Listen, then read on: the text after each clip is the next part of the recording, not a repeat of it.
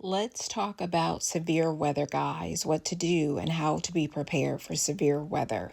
As you know, we had a storm that came through over the weekend, and it has affected a lot of people as far as power outages, people dying, and it has impacted about 6 states. So let's talk about being prepared, what we can do during a power outage in severe weather.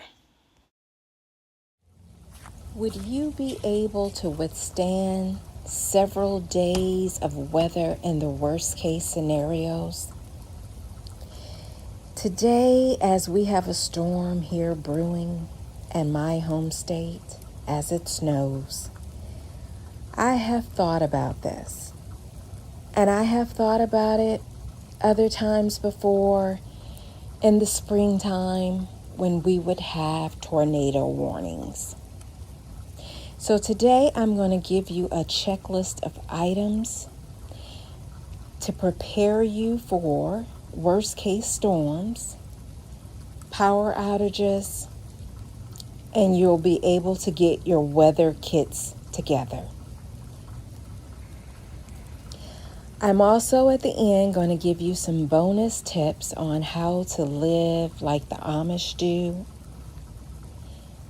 and living off the grid.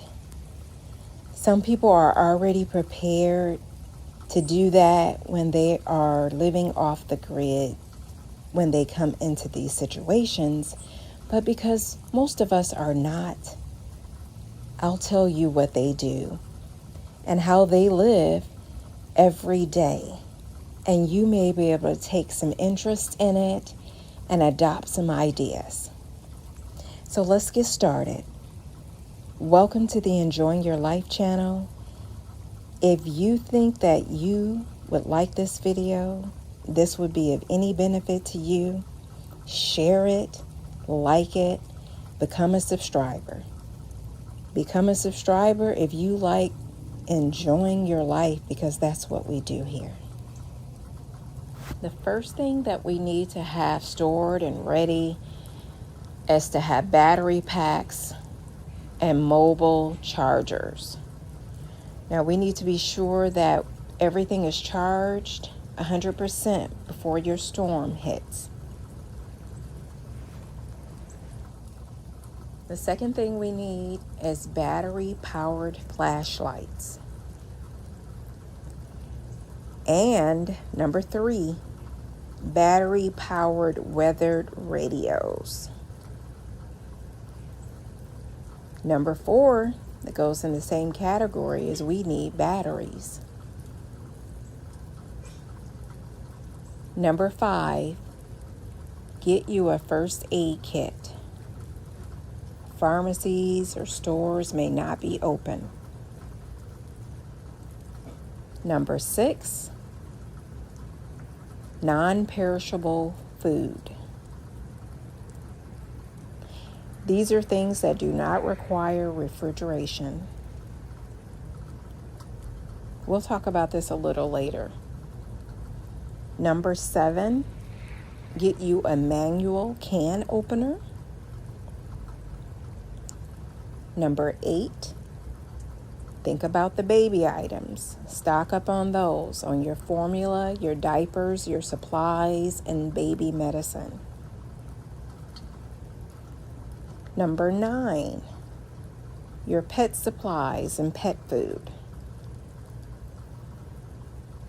Number 10, remember to get your medications refilled.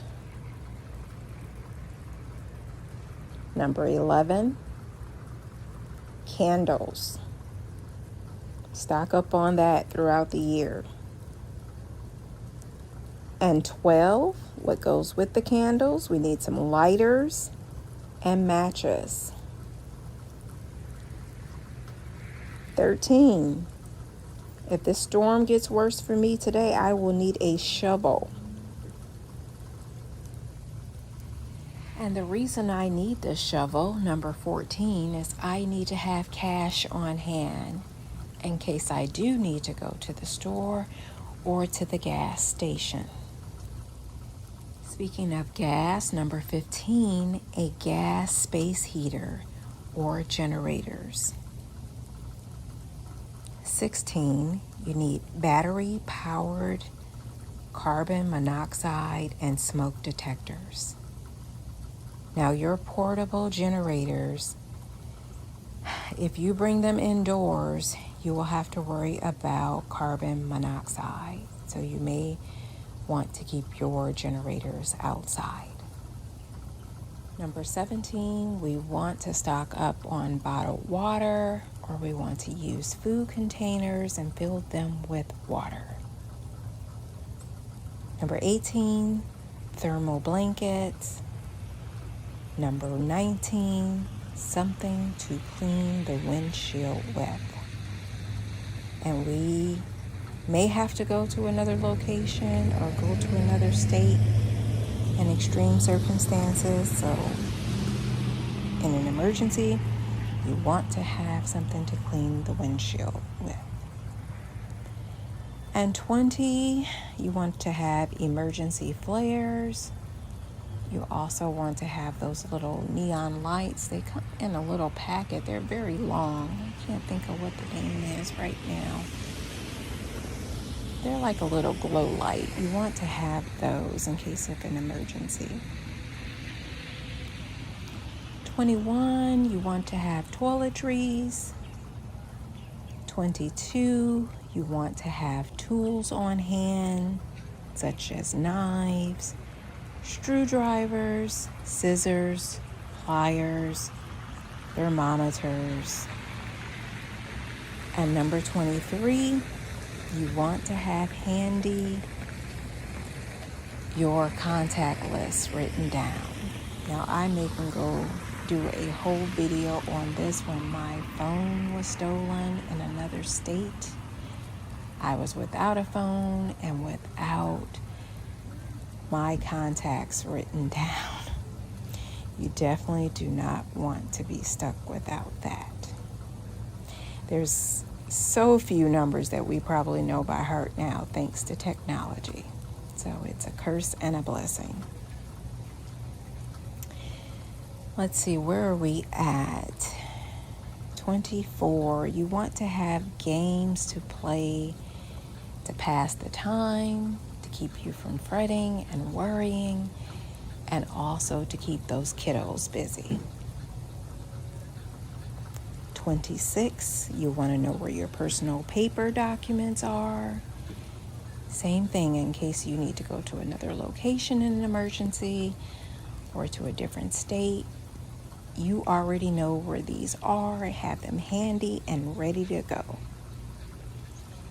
27, you want to have a cooler with ice to try to keep your foods from spoiling and lasting longer. Hopefully you will not be without power for long. A couple years back ago, we had a power outage when we had a tornado here. And fortunately, my power was turned on, I think, within 2 days. But right across the street, my neighbor, I think it took a week for his power before they got his started, and we were on the same street. Luckily for me, my power lines were in the back of my house going over to another street that they had already started working on. But you definitely want to have some ice. We'll talk about this a little bit later when we talk about living off the grid. I'm going to tell you some things, what you can do in the power outage, what I want you to do. Some ideas for you. Number 28, weatherize your car. We want to put some tire chains on. So that way, if you have to go out in the snow, you will be prepared. I live in a city where it rarely snows. And so, we don't really have the equipment to go around and put salt out and all that good stuff. So, and I don't have one of those trucks either that I need to maneuver through the snow. So I don't know about you, but that's something to think about. And 29, you just want to have a big container or a big bin so you can store all of this that I am asking you to have on hand for your emergency prepared kits, and so that you will be ready to go and that is stored. Keep your eyes on those emergency flares though, those little neon things that I'm talking about. I don't think they last that long, so you want to replace them. They will expire quickly, so each year you want to replace those things, and of course your batteries. All right, for living off the grid and things that the Amish do, and just other tips that I want you to use. Number one, the Amish, what they use, you buy a wood-burning cook stove, okay? So a wood-burning cook stove will heat your home. It will also heat water so you can bathe and be able to wash your clothes, and of course be able to cook and bake. Number two, people off the grid keep their water bottles with the built-in filter. Those are the ones that they use. Or you may use a water filtration straw. Number three, just a regular tip for us when the power outage happens. Please keep your refrigerator and your freezer's doors closed at all times. I know you may tend to look in them to see how things are going, or the kids may open it up. Keep it closed because your food will last at least 4 to 6 hours in the refrigerator, and it can last up to 2 days in the freezer if you keep everything tightly closed. Also, we talked about canned goods, non-perishable food items, but also consider canning. So you can can ahead of time in case you have these emergencies. Or you can buy freeze-dried foods at the grocery store and stock up on them. And while we're still talking about food and cooking, you may also want to look into getting some propane stoves. And you'll also need some backup propane.